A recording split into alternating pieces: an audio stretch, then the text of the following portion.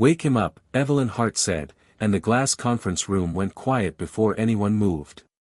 Nathan Cole was asleep at his desk less than 30 feet away, one hand still resting on the mouse, his gray shirt wrinkled, a cold cup of coffee beside a monitor filled with green status lights. Around him, analysts whispered, executives watched through the glass, and Malcolm Voss stood near the door with the calm expression of a man who had been waiting for this moment. Aurelia Systems was 12 hours from announcing the largest payment platform in its history, a system designed to move billions of dollars across banks without interruption. Every dashboard showed stable. Every report said ready. Nathan was the only person in the building who had said otherwise. Evelyn crossed the floor in a white suit, each step controlled, her face composed in the way people become when too many important eyes are watching. Malcolm reached Nathan first and touched the edge of the desk. "Nathan." Nathan did not respond. Malcolm tried again, louder. Nathan woke suddenly, not confused, only exhausted, and looked first at the monitor before looking at anyone around him. "What time is it?" he asked. 8:17, Evelyn said. "You missed the security briefing." Nathan blinked once, then scanned the dashboard. "Stop the launch." A few people exchanged glances. Malcolm gave a quiet breath that almost became a laugh. "This is the third time this week we have found you asleep during work hours." Nathan stood slowly. A folded note slipped from his shirt pocket and landed near the keyboard. It was written in purple crayon. "Do not forget pickup. Love, Grace." Nathan picked it up and folded it without explanation. Evelyn looked at the note, then back at him. "You were asked to submit a formal risk report. I submitted 3. Malcolm stepped in. None contained a verified threat. Nathan turned the monitor slightly. "The verification is being removed before the reports reach you." Adrian Knox, the security director, looked at the green dashboard and shook his head. "There is no active breach." "Not yet," Nathan said. "They are mapping the backup cycle." Evelyn's patience tightened. "Who is they?" Nathan looked at the transaction stream. "I do not know." Malcolm folded his arms. "Convenient." Nathan said nothing. That silence made the room more uncomfortable than an argument would have. Evelyn placed a resignation form on the desk. "You have ignored meetings, broken reporting procedure, and now you are undermining a launch with claims you cannot prove. Sign it." Nathan looked at her for a long second. He did not ask for another chance. He did not mention the 3 nights he had spent awake after putting his daughter to bed. He took the pen, signed his name, and placed his access badge beside the form. At that exact moment, a $1 transaction passed through Aurelia's system 11 times under 11 different names, each one arriving exactly 11 seconds before the backup clock reset. Nathan left the 38th floor without looking back. The elevator doors closed on the glass offices, the green dashboards, and the people who had already decided what his silence meant. By the time he reached the lobby, security had disabled his badge. The turnstile flashed red once, then released after a guard entered an override. Nathan thanked him, stepped into the cold morning, and checked the note in his pocket again. "Do not forget pickup." Grace had written it before school because he had forgotten dinner twice that week and once called her teacher at midnight to ask whether dismissal was at 3 or 3:15. He had not been careless. He had been awake for 72 hours in pieces. The pattern began 3 nights earlier, after Grace fell asleep at the kitchen table with a library book open beneath her cheek. Nathan carried her to bed, washed 2 plates, and opened his laptop beside the sink. A $1 transfer had crossed Aurelia's payment network through an inactive merchant account. It should have been rejected. Instead, it cleared 11 seconds before the backup cycle. Nathan traced the authorization, found nothing, and assumed it was noise. Then it happened again under another name. By midnight, there were 11 transactions. By 2 in the morning, they had touched 3 banks and returned without gaining or losing a cent. They were not stealing money. They were measuring doors. Nathan built a monitoring script outside the standard dashboard because the dashboard summarized behavior after each backup. The strange transfers existed only in the seconds before that summary. Every morning, they vanished into clean reports.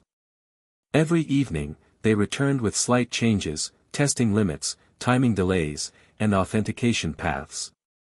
Nathan sent his first warning to Adrian Knox at 1:47 in the morning. It was marked low priority before sunrise.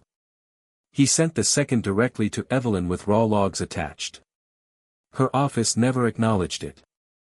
The third included a timeline showing that whoever created the transactions knew the internal backup schedule to the second. That report disappeared from the executive queue within 9 minutes. Nathan stopped going home after that.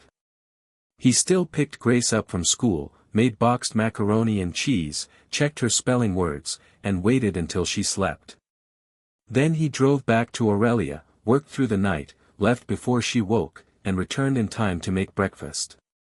Hannah Price saw him in the operations room at 3:16 on the second night. "Have you slept?" she asked. Nathan watched another transaction split into 4 accounts. "Not enough. Tell Evelyn." "I tried." Hannah looked toward Malcolm's dark office. "Then tell her again." Nathan did, and by morning the report had been recategorized as a performance concern. On the third night, the probes became more aggressive. Nathan's script blocked 3 attempts to enter the reserve ledger. Each one arrived 11 seconds before backup. Each one carried permission from an internal scheduling key. That was the part he could not explain. External attackers could learn architecture. They could not know the precise rhythm of a system that had never launched unless someone inside Aurelia had shown them. At 6:51 that morning, the pattern stopped. Nathan believed he had bought a few hours. He returned to his desk, opened the launch dashboard, and waited for another signal. His hand remained on the mouse when sleep took him. Less than 90 minutes later, Evelyn forced him to resign. At 8:23, Malcolm ordered Nathan's account disabled. At 8:24, the private monitoring script stopped.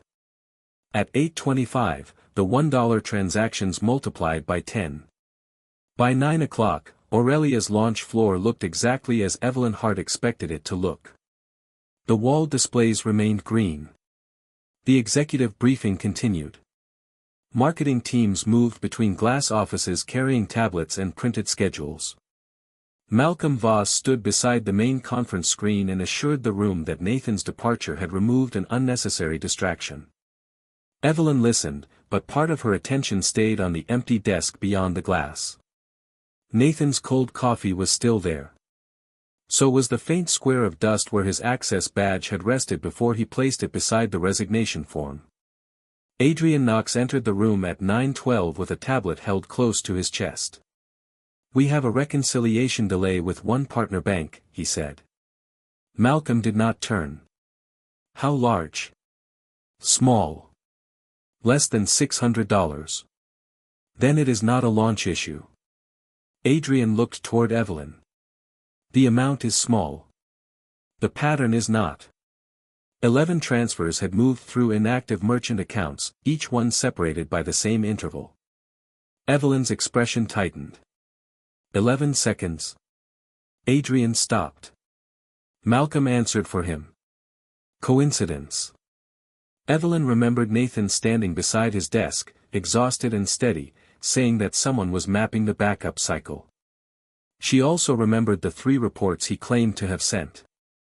"Find his submissions," she said. Malcolm folded his hands. "We already reviewed his work. It was speculative and incomplete. I did not ask for your summary." The room went still. Adrian opened the reporting archive. Nathan's name appeared once, attached to a low-priority performance note. No security warnings were visible. "There should be 3, Evelyn said." Malcolm's voice remained calm. He may have believed he sent them. Hannah Price stood near the back wall with a folder pressed against her side. She had been silent through the entire briefing. Now she stepped forward. He sent them. Malcolm looked at her.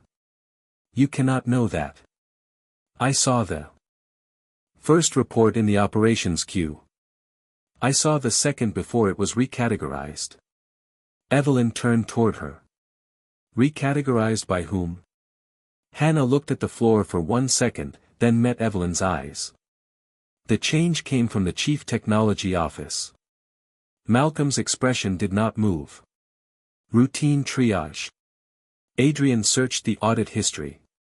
The first warning had been downgraded at 2:14 in the morning.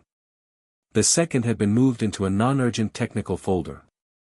The third had been deleted from the executive queue and replaced with a note questioning Nathan's judgment under fatigue. Each action carried an administrative authorization. Malcolm's office. Evelyn looked through the glass at the green dashboard. Why was I not told? Malcolm gave the answer smoothly. Because there was no verified threat, and the launch could not be delayed every time an exhausted employee saw a pattern. Before Evelyn could respond, one of the wall displays flickered. A partner bank's reserve balance shifted by $12,000, corrected itself, then shifted again. Adrian moved to the console. That should not be possible. The dashboard remained green. Hannah opened a hidden monitoring window Nathan had shown her 2 nights earlier. It was dark.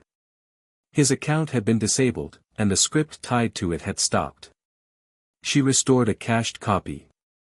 The screen filled with transaction paths spreading across hundreds of temporary accounts. The room lost its sound. 1 transfer had become 10. 10 had become 100. None were large enough to trigger an alarm. Together, they were drawing the exact map Nathan had warned about. Evelyn looked at Malcolm. Bring him back. Malcolm's answer came without hesitation. He no longer works here. Another bank called. This time, the discrepancy was $48,000. Evelyn set both hands on the conference table. Then find out where he is. At 9:27, Hannah Price restored only part of Nathan's monitoring script. The rest had depended on a private authentication key tied to his employee account, and that key no longer existed. What returned was enough to show the damage. Hundreds of $1 probes were moving through inactive merchants, measuring response times, reserve limits, and the exact moment Aurelia's backup system handed control from one cluster to another. Adrian Knox watched the map spread across the screen. They are not taking money, he said. They are learning where they can.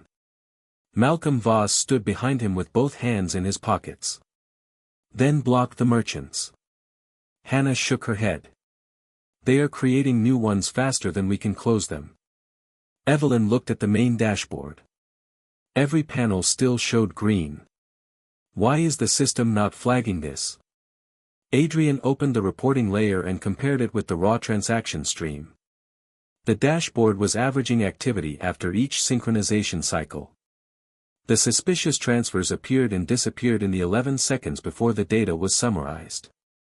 Nathan had been watching the part of the system the official tools ignored. His script was filling the blind spot, Adrian said. Hannah pulled up the previous 3 nights.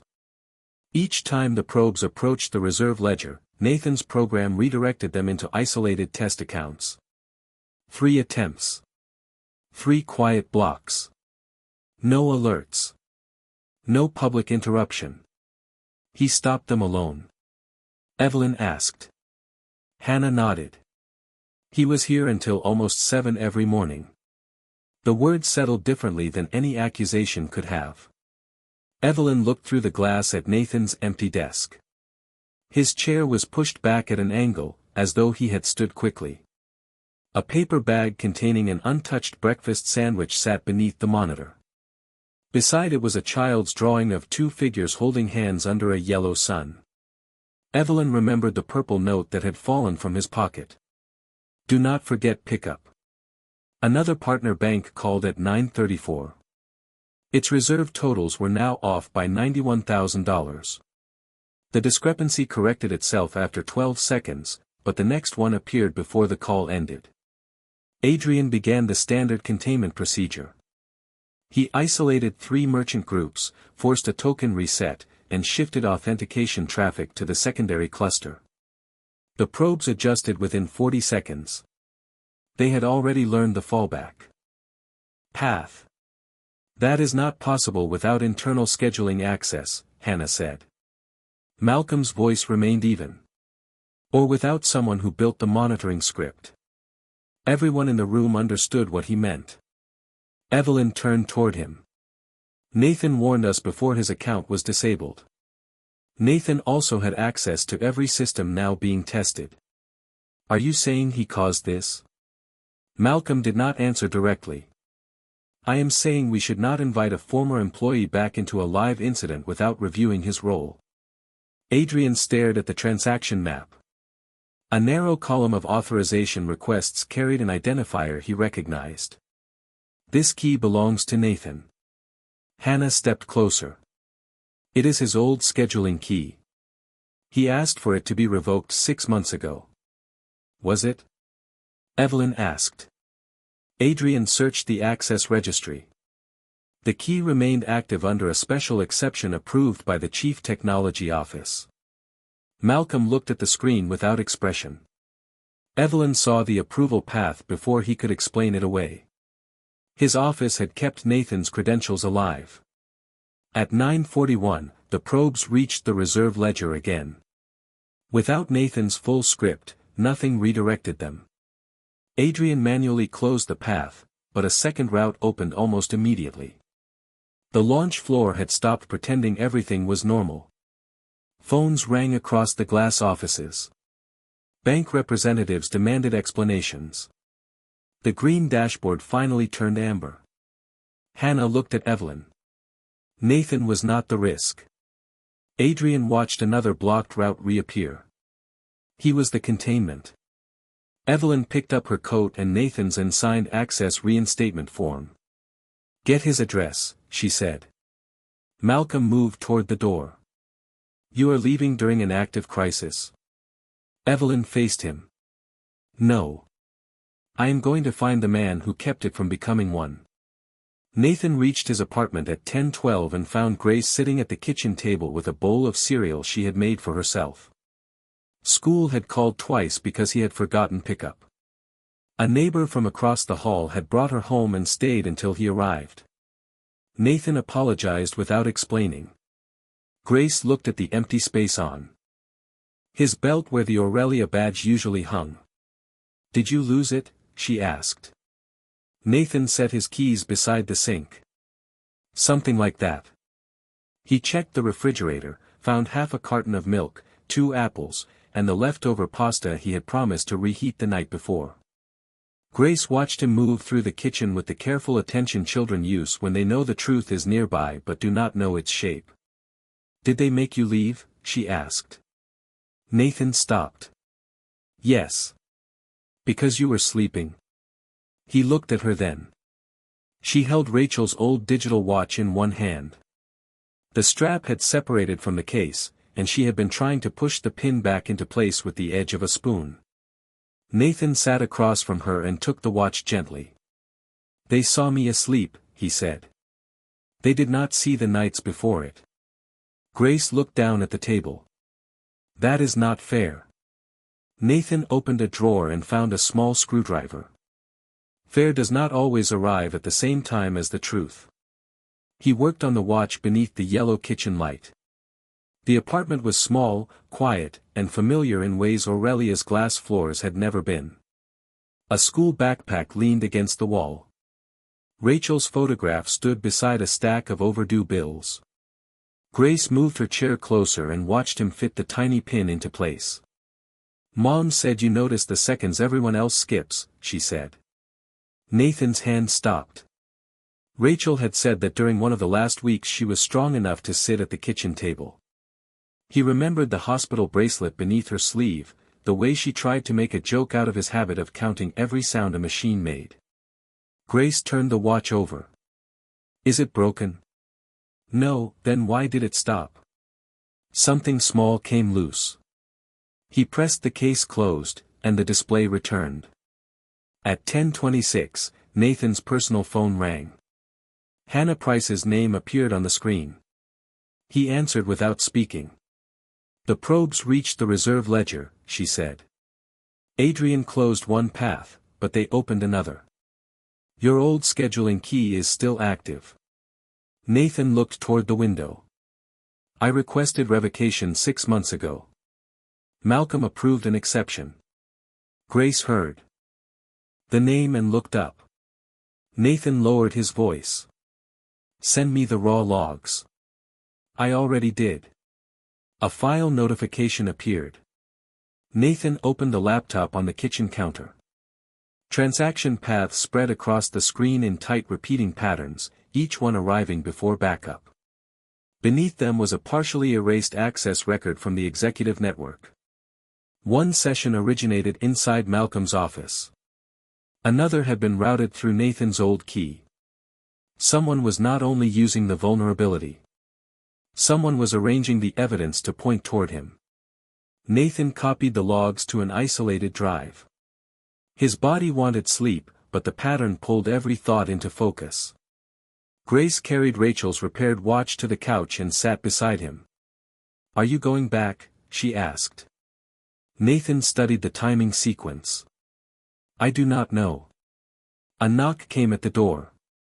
When he opened it, Evelyn Hart stood in the hallway with Hannah beside her, no assistants, no security team, only a folded reinstatement form in one hand and the first visible uncertainty Nathan had ever seen on her face.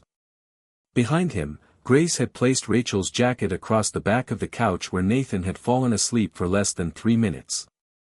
Evelyn saw the laptop, the untouched food, Nathan did not sign the reinstatement form. He folded it once, placed it beside the repaired watch, and asked Hannah to stay with Grace until he returned. Evelyn watched the girl settle beneath Rachel's jacket on the couch, then followed Nathan into the hallway without speaking. The ride back to Aurelia took 18 minutes. During that time, Nathan reviewed the raw logs on Evelyn's tablet while the city moved past the windows in gray morning light. The probes were no longer measuring random doors.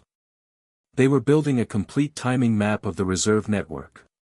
Each route touched a different bank, paused before the backup handoff, and withdrew before the official dashboard could record the full path. "How long?" Evelyn asked. Nathan enlarged the sequence.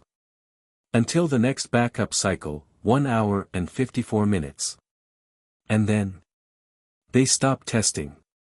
Evelyn looked at him. "They moved the money." When they entered the glass lobby, conversations slowed. The same employees who had watched Nathan leave now watched him return beside the CEO. He carried no badge.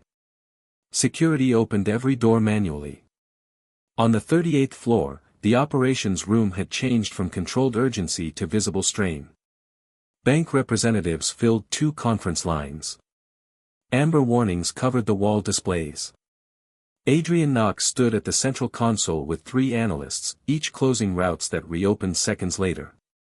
Malcolm Voss remained near the executive table, speaking quietly to 2 board members.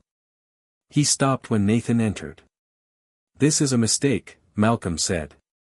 Evelyn did not look at him. "Restore Nathan's access." Adrian turned toward the console. "His old key is compromised." "Then create a clean one," Nathan said. "No inherited permissions. No executive exceptions." Adrian nodded and began.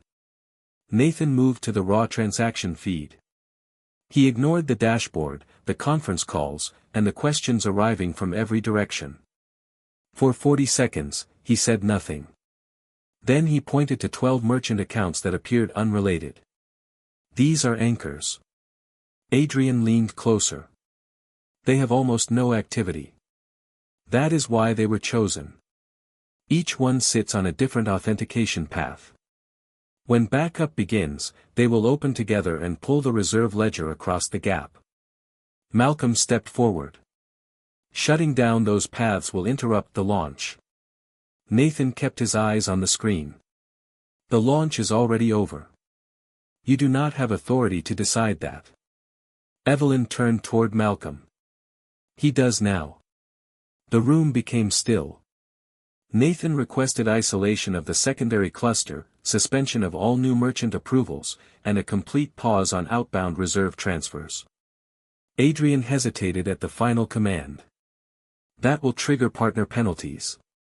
Not doing it will trigger losses you cannot reverse. Malcolm addressed the board members. He is asking us to damage the company based on a theory created by a former employee whose credentials are part of the attack. Nathan finally looked at him. My credentials are part of the attack because someone kept them active. Malcolm's expression did not change. You built the monitoring script. You knew the timing. You had access. Evelyn watched Nathan, waiting for anger that never came. He only turned the tablet toward her. The access history showed Nathan's old key entering through an executive routing node at 3:14 that morning. The physical login originated inside Malcolm's office. Hannah had preserved the record before deletion. Freeze his administrative permissions, Evelyn said. Malcolm looked at her. You cannot be serious. I should have been serious when the first report disappeared. Adrian entered the command. Malcolm's access indicators went dark across the wall. At the same moment, the probe traffic shifted. Hundreds of $1 transfers aligned into a single pattern. Nathan checked the countdown. 1 hour and 41 minutes remained. Now they know someone is watching, he said. They will move early. The early movement began 43 seconds later. 12 anchor accounts opened at once, each drawing authorization from a different section of Aurelia's reserve network. The total request was not visible in one place. It appeared as thousands of smaller transfers, each below the threshold that would trigger an automatic shutdown. Adrian Knox watched the numbers rise across 3 screens. They accelerated the schedule.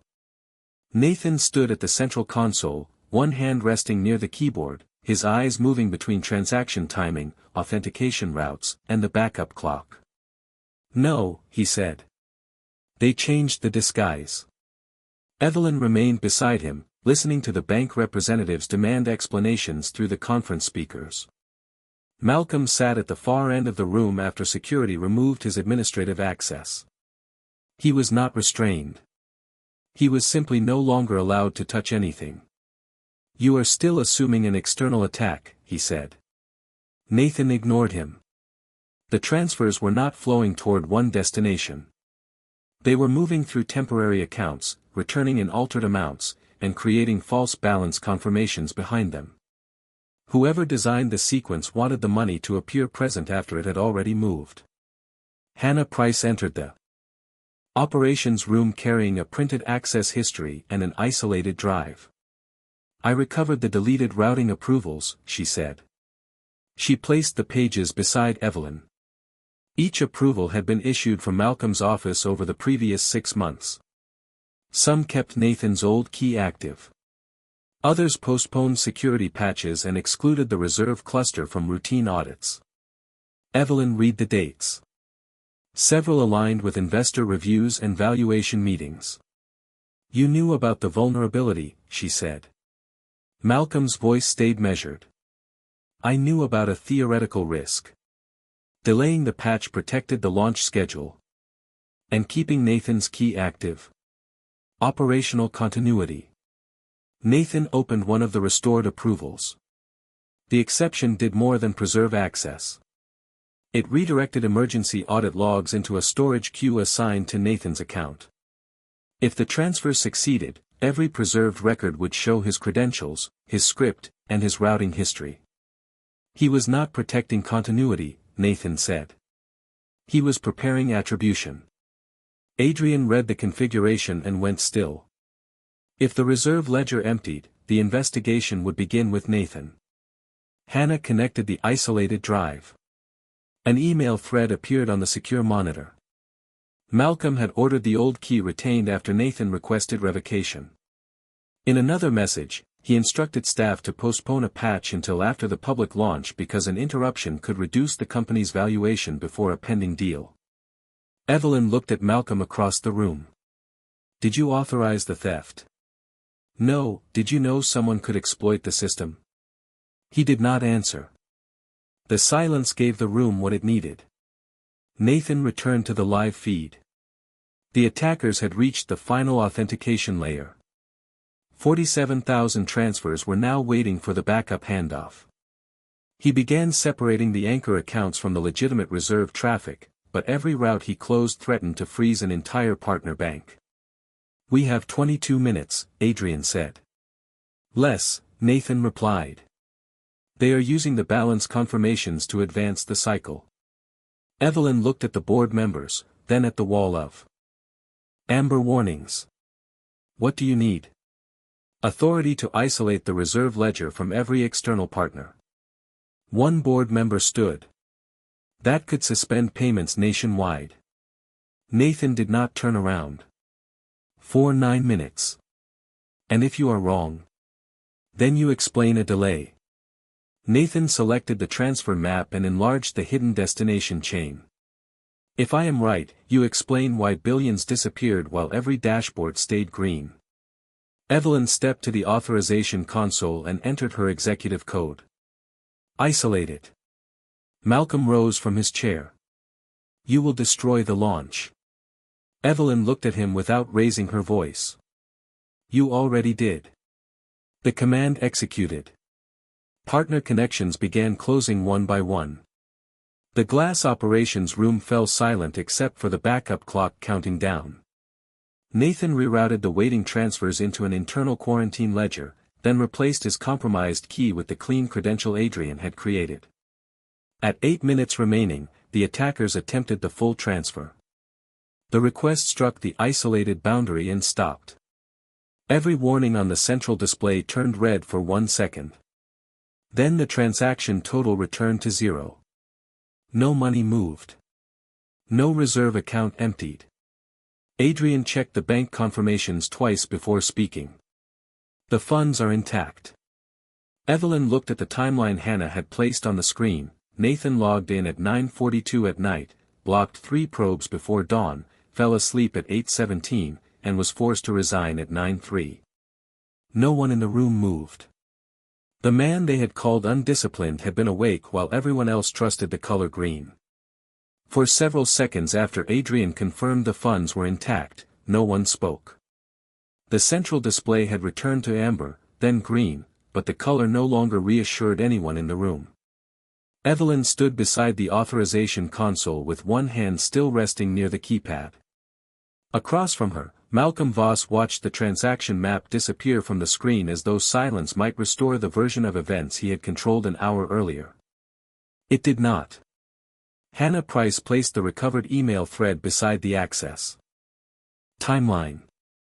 Adrian opened the patch history and matched every delayed update against the dates of investor reviews, valuation meetings, and launch milestones.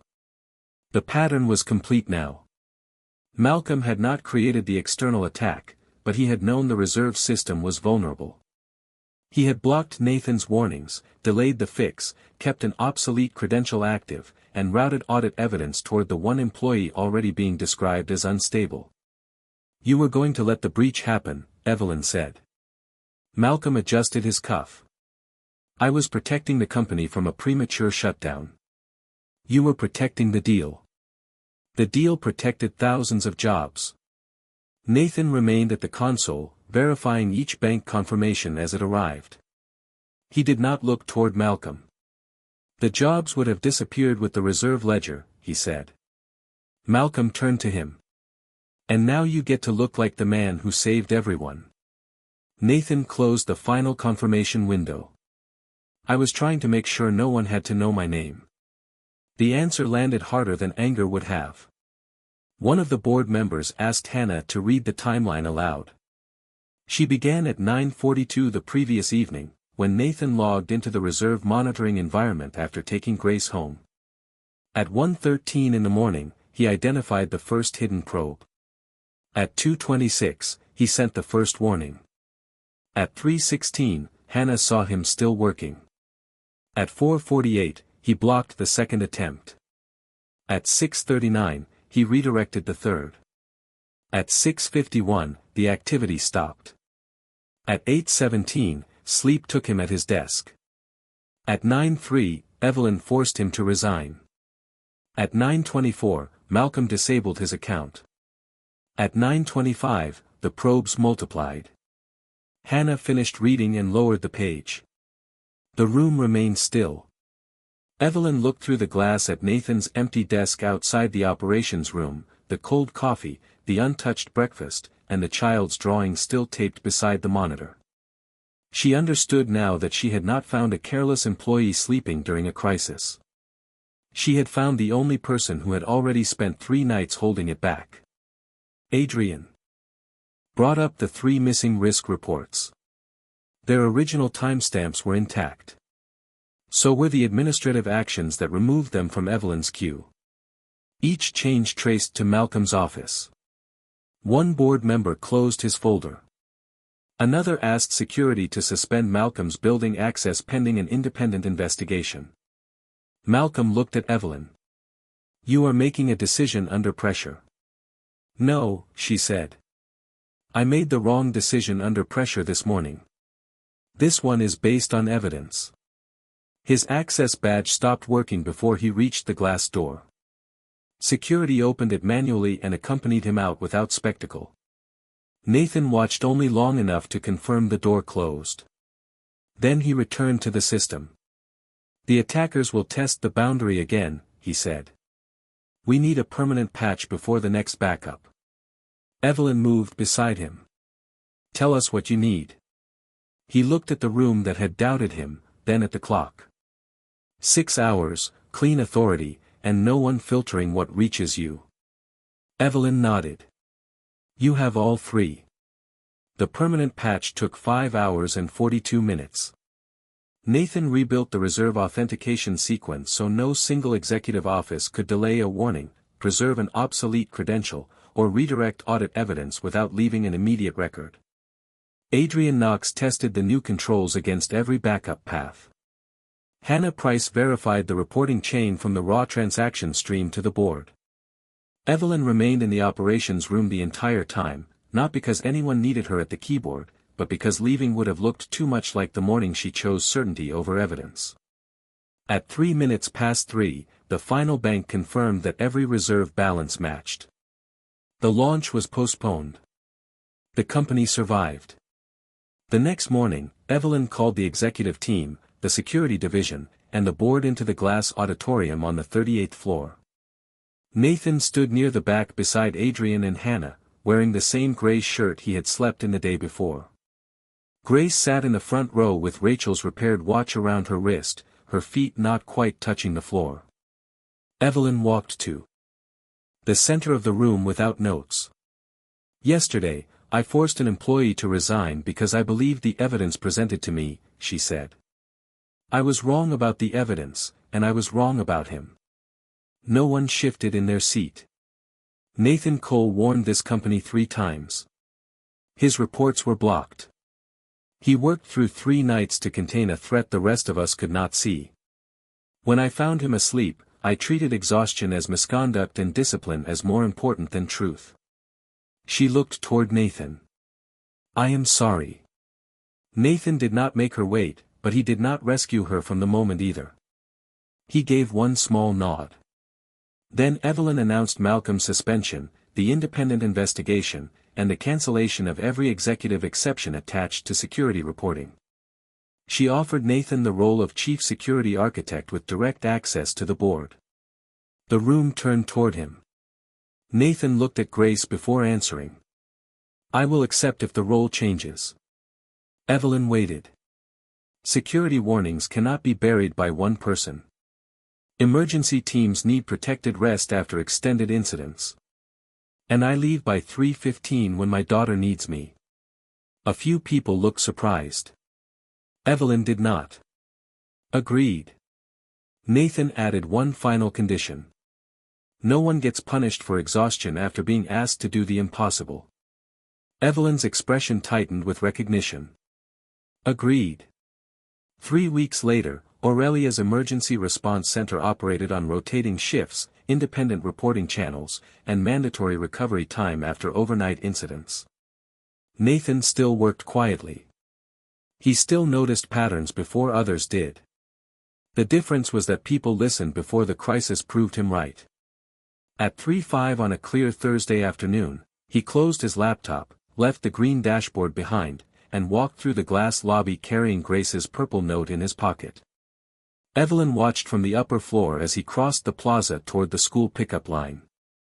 On her desk lay the resignation form he had signed, never processed, beside the 3 warnings she should have received.